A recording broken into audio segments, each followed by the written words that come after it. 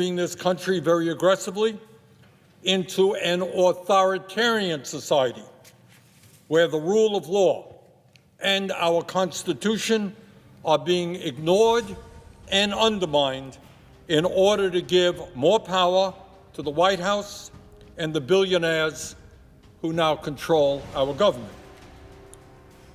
The Trump administration is moving this country very rapidly toward a kleptocracy, where the function of government is not to serve the needs of ordinary people, but to enrich those who are in power. Mr. President, I think that today is a very good day to recall what one of our great presidents said at Gettysburg in November of 1863. Looking out at a battlefield where thousands of Union soldiers had just sacrificed their lives in the defense of freedom and the ending of slavery, Abraham Lincoln famously stated, and I quote, "The world will no longer remember what we say here, but it can never forget what they did, the soldiers did here. It is for us, the living, rather to be dedicated here to the unfinished work which they who fought here have thus far so nobly advanced. It is rather for us to be here dedicated to the great task remaining before us, the great task remaining before us, that from these honored dead we take increased devotion to that cause for which they gave the last full measure of devotion, that we here highly resolve that these dead shall not have died in vain." And this is how he concluded, "that this nation under God shall have a new birth of freedom, and that government of the people, by the people, for the people, shall not perish from the earth." Government of the people, by the people, for the people, shall not perish from the earth. Mr. President, I fear very much that under President Trump, we are not seeing a government of the people, by the people, for the people, but rather a government of the billionaire class, by the billionaire class, and for the billionaire class. And what is really interesting is that none of this is happening behind closed doors. It's not being done in secret. It's right out there for everybody to see. Several weeks ago, Donald Trump was inaugurated for a second term as president.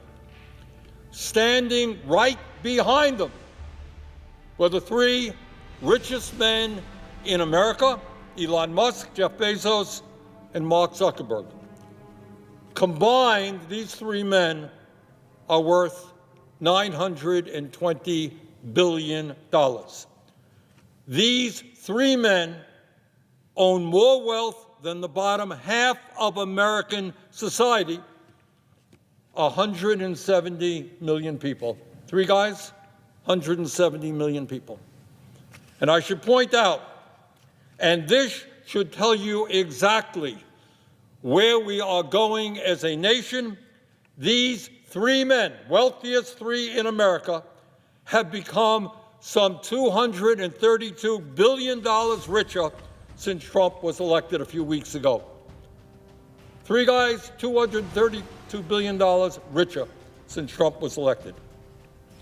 Mr. President, this is how an oligarchic system works. Elon Musk, the wealthiest person in the world and now a key part of the Trump administration, spent over $277 million to get Trump elected. In other words, within a corrupt campaign finance system, which allows billionaires to spend as much as they want, he helped buy the election for Mr. Trump.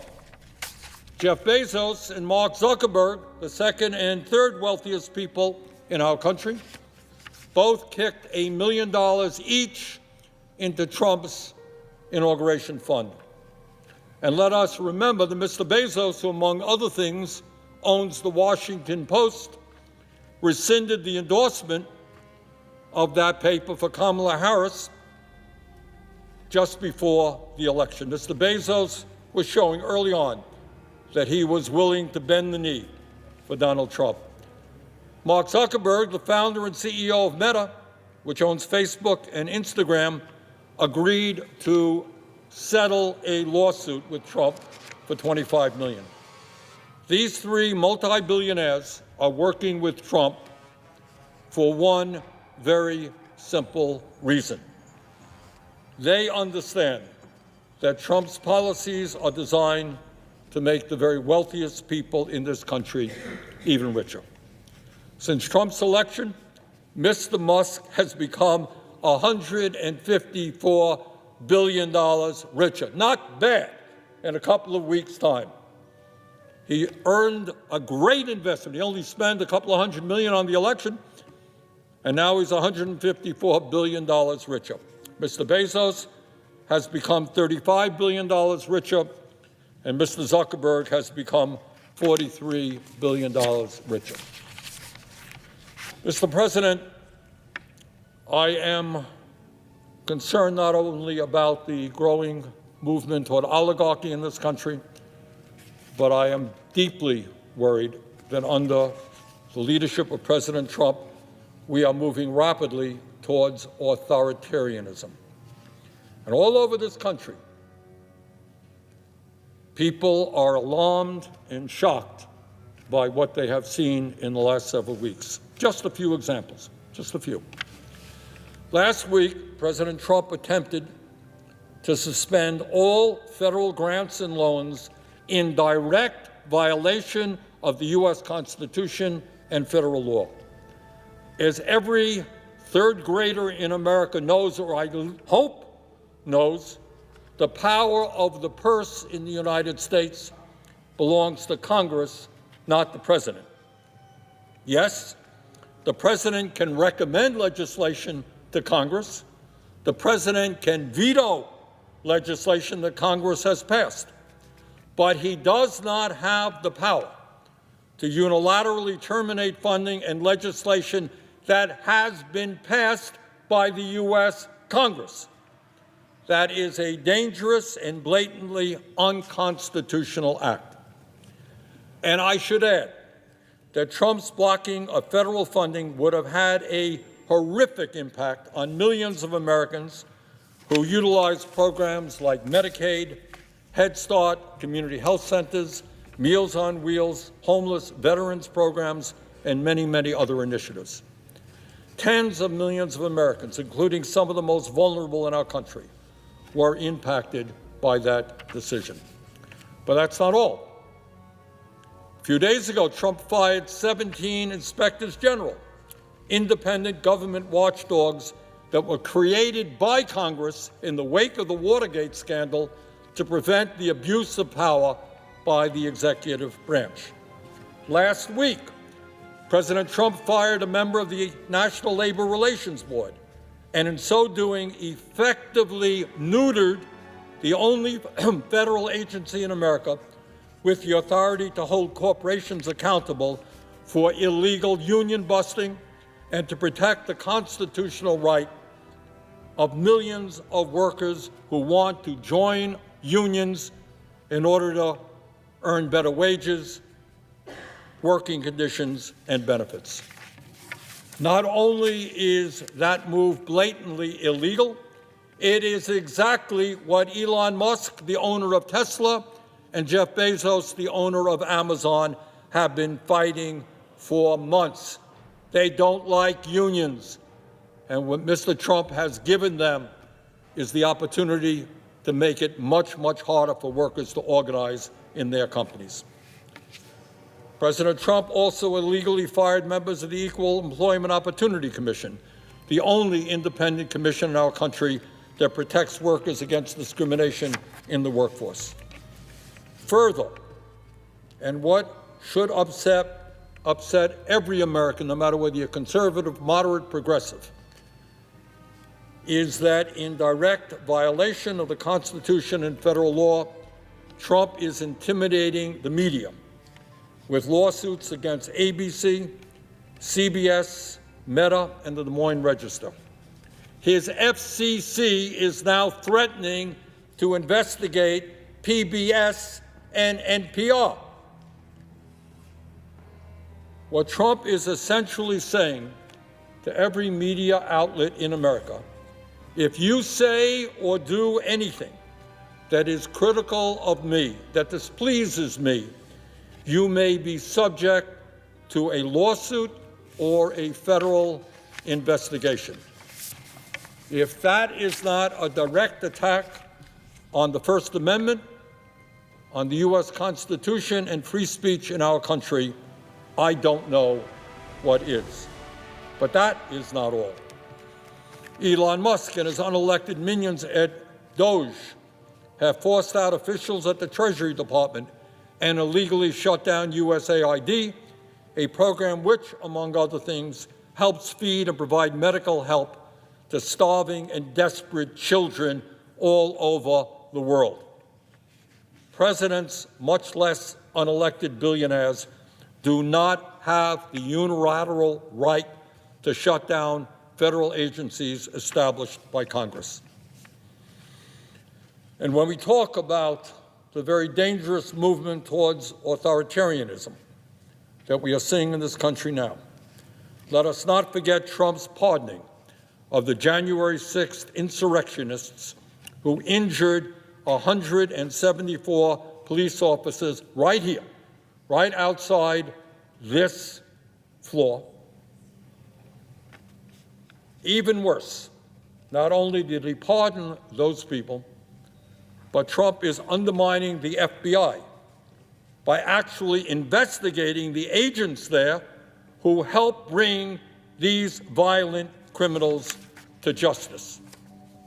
Imagine that.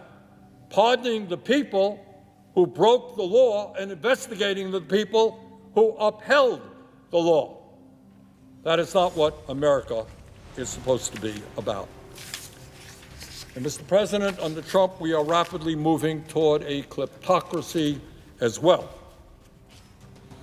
Just before the president was inaugurated, he and his wife launched their own cryptocurrency coins, giving them the potential to earn many billions of dollars. If Wall Street CEOs tried to bribe the president with a bag full of money, that would be illegal. That's against the law. But now they don't have to do that. Today, if a multi-billionaire, the head of a foreign country, wants to curry favor with the president, all they have to do is buy his cryptocurrency coins, and when they do that, they are directly enriching Mr. Trump. So, Mr. President, the question that millions of Americans are asking is, given the move toward oligarchy, given the move toward authoritarianism, given the movement toward kleptocracy, where do we go from here? What should we as Americans be doing? And let me tell you what I think and what most Americans think. And that is, instead of moving toward an economy which is designed to benefit the very richest people in our country, we have got to create an economy and a government that works for all of us, not just for Mr. Musk or Mr. Bezos or Mr. Zuckerberg.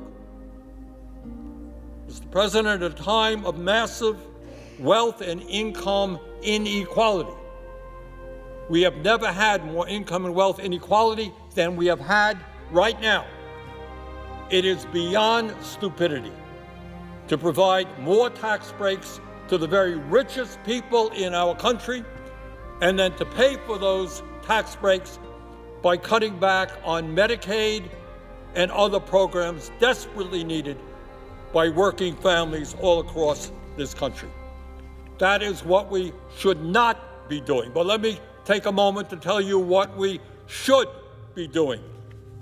At a time when 85 million Americans are uninsured or underinsured in our broken healthcare system, we have got to do what every other major country on earth does, and that is guarantee healthcare to all people as a human right, not a privilege. That's what we've got to do. At a time when 1 out of 4 Americans cannot afford the outrageously high prices that the pharmaceutical industry charges, we have got to end the absurdity of the American people paying by far the highest prices in the world for prescription drugs. We have got to cut the cost of medicine in this country in half, making it comparable with what the rest of the world is paying. Mr. President, the federal minimum wage today is $7.25 an hour. That is a starvation wage. Well, 60% of our people, 60% of Americans live paycheck to paycheck.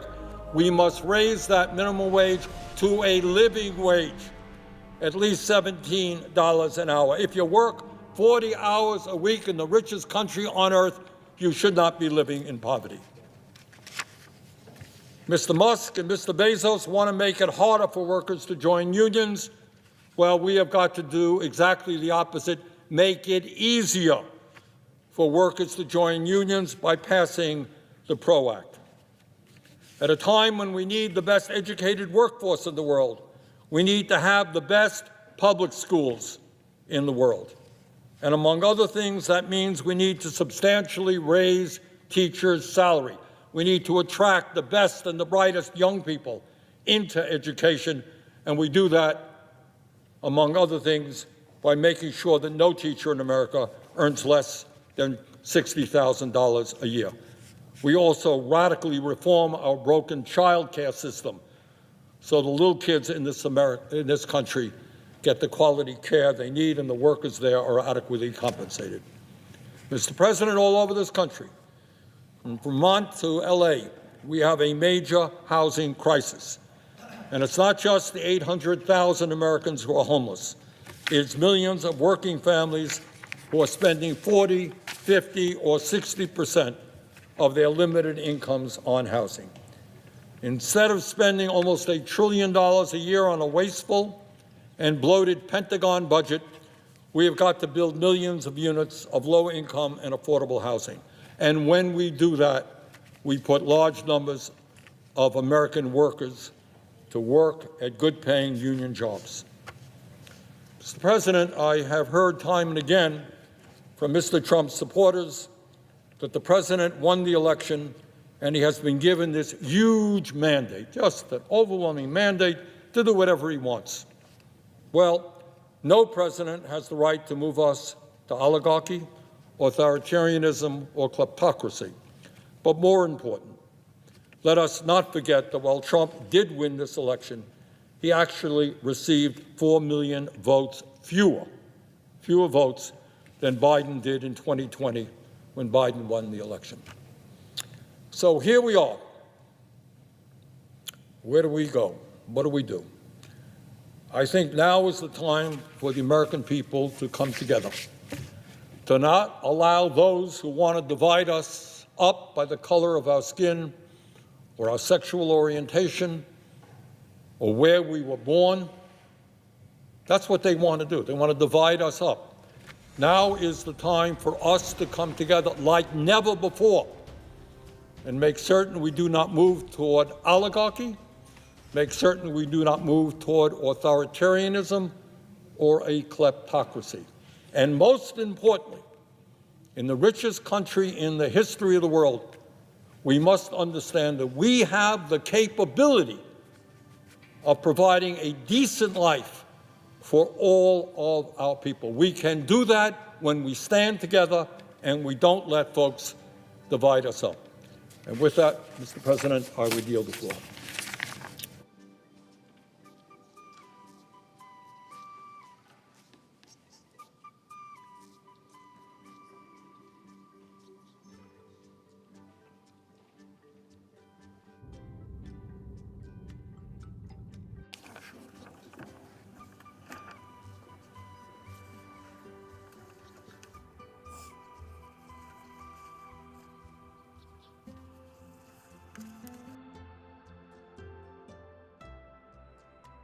I think people, this administration